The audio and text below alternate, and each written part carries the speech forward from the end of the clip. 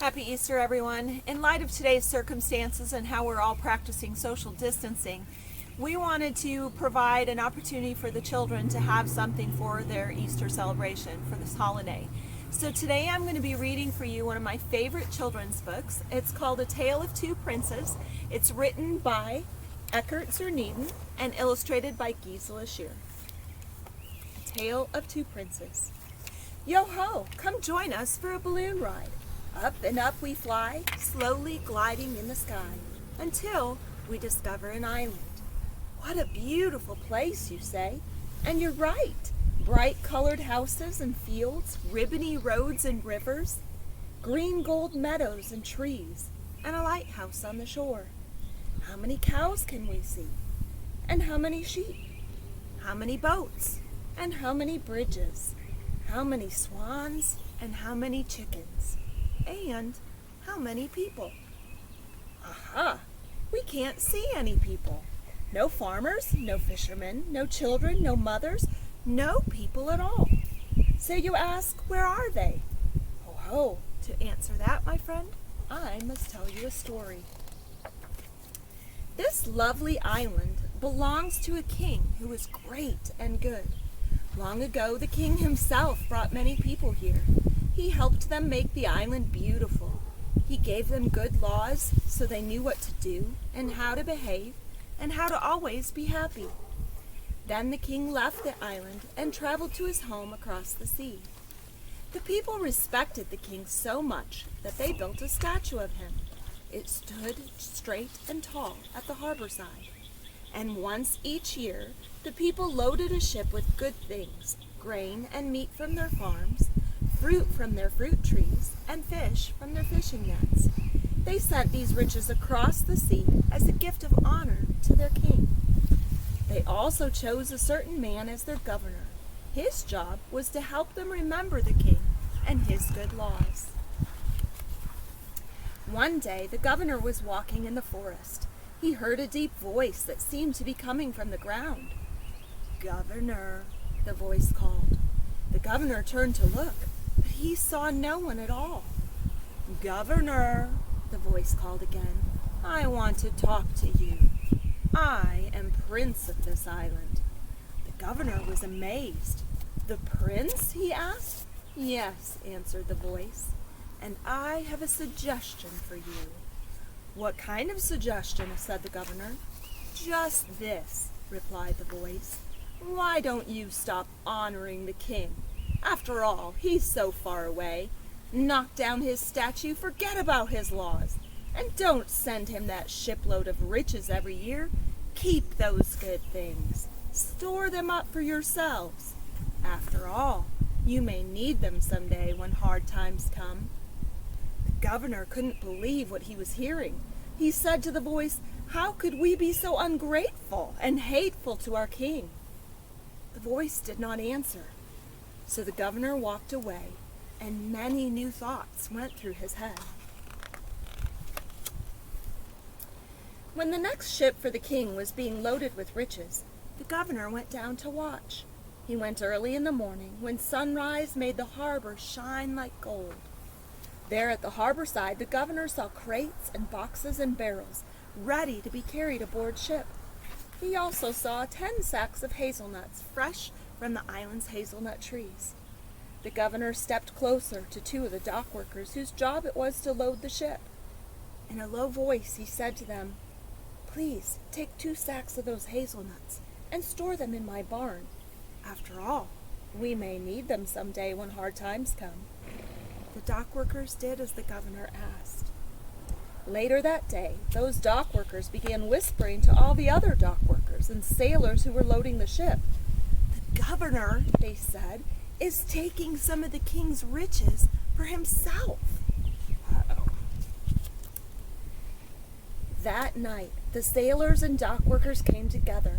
They said to each other, "Whatever the governor can have, we can have." They went to the harbor side, and in the darkness, they unloaded all the good things from the ship. Each man carried away some of the riches to his own house or barn. And some of the men took the ship out into the ocean and sank it.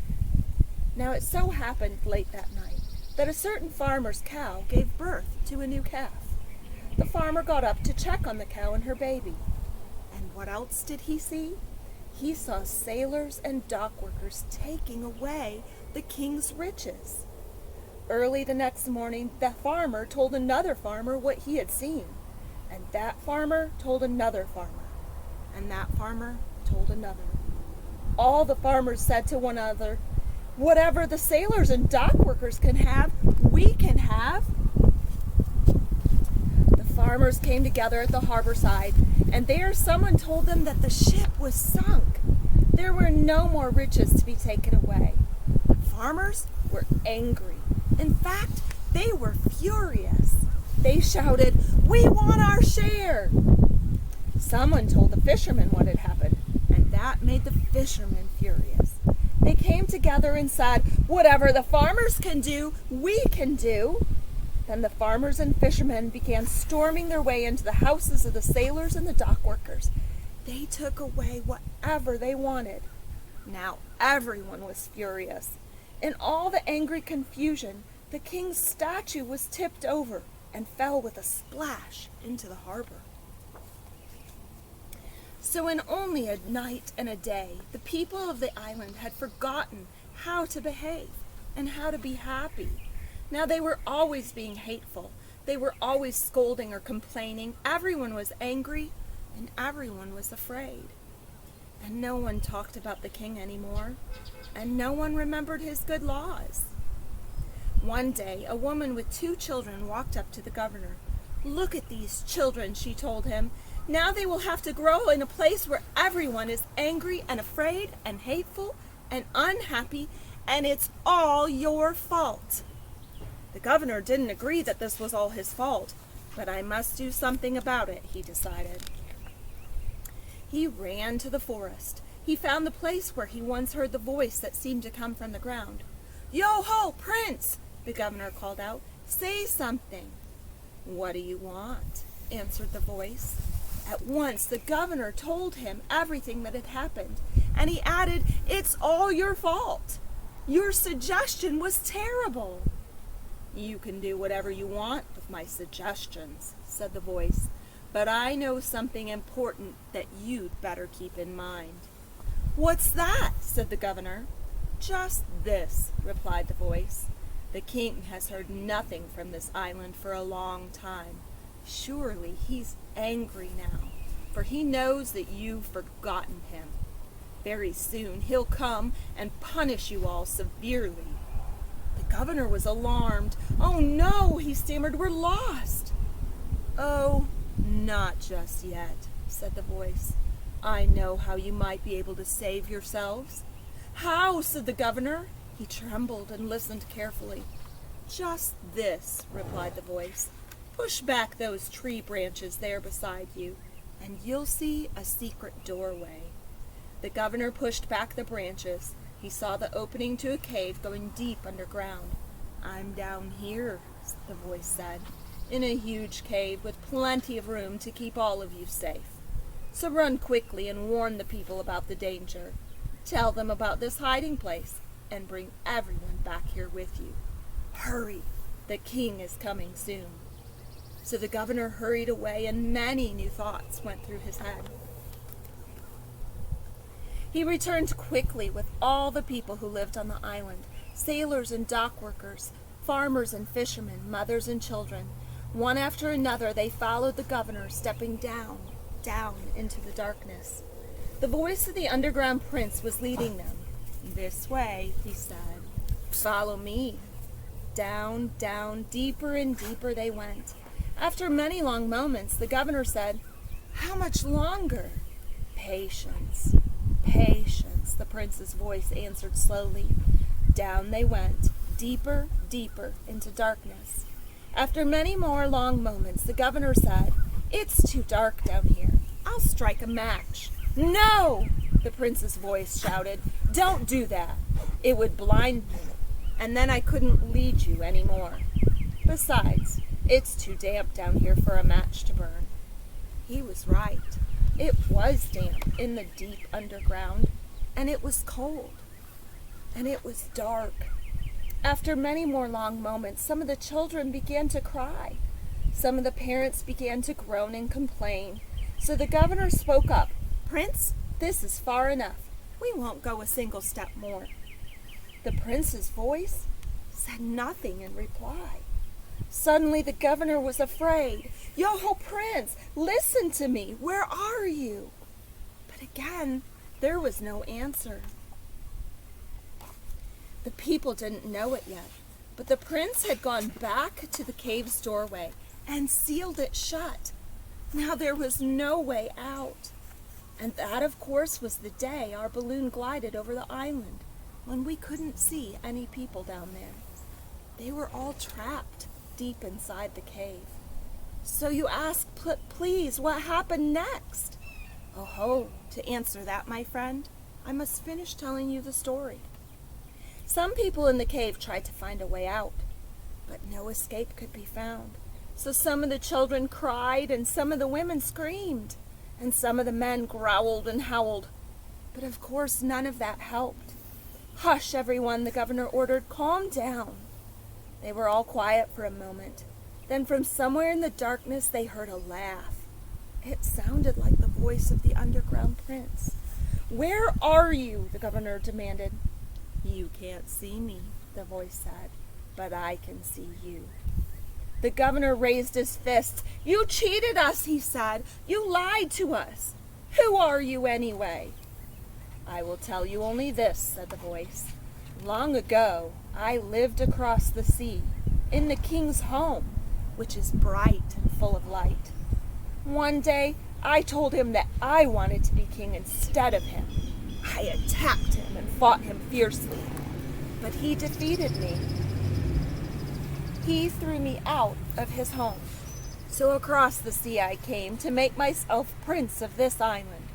Now I hate the light, and I love darkness. Maybe you will learn to love it too, for I will never let you out of here." He laughed again. Then all was silent.